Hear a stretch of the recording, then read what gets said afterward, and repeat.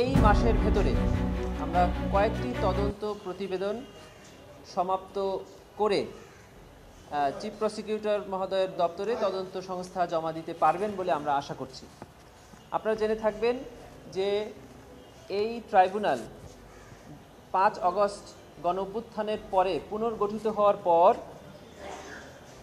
18টি মামলায় 115 জনের বিরুদ্ধে গ্রেফতারি পরোয়ানা জারি করেছে, যাদের মধ্যে 35 জন গ্রেফতার হয়ে জেল হাজতে আছেন।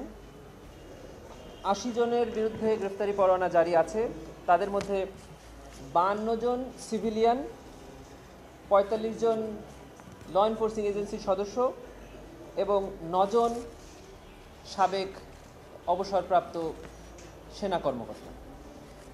ট্রাইব্যুনালের এই 3 মাস বা তার কিছু বেশি সময়ে এই কার্যক্রম তদন্ত সংস্থা, প্রসিকিউশন অফিস এবং ট্রাইব্যুনাল এই 3 সংস্থার সমন্বয়ে আমরা এই কার্যক্রম সম্পন্ন করতে পেরেছি।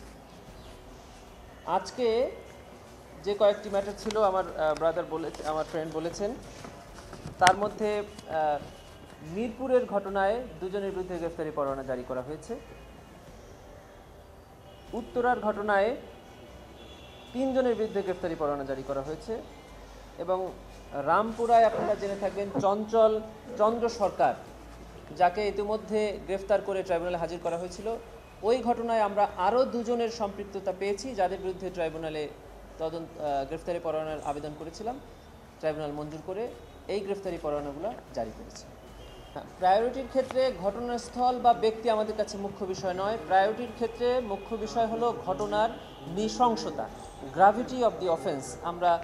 গ্র্যাভিটি অফ দি অফেন্সকে আমরা প্রাধান্য দিয়ে তদন্ত করছি এবং যে সকল অপরাধের গভীরতা অনেক বেশি, আমরা সে সকল অপরাধের তদন্ত প্রতিবেদনই আগে জমা দেওয়ার জন্য প্রস্তুত করছি। এটা আসলে ইন অ্যাডভান্স বলাটা সঠিক না এবং তদন্তের স্বার্থে আমরা এটা বলতে চাচ্ছি না। এটা আপনারা জানতে পারবেন শীঘ্রই। তদন্ত প্রতিবেদন জমা দিবেন তদন্ত সংস্থা টু দি চিফ প্রসিকিউটর।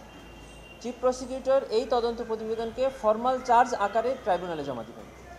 আগে আমাদের কাছে তদন্ত প্রতিবেদন আসুক, সেখান থেকে আমরা স্ক্রুটিনি করে তারপরে ফর্মাল চার্জ রেডি করব। এই তদন্ত প্রতিবেদনটা হাতে না আসলে আমরা বুঝতে পারছি না যে কত সময় লাগবে।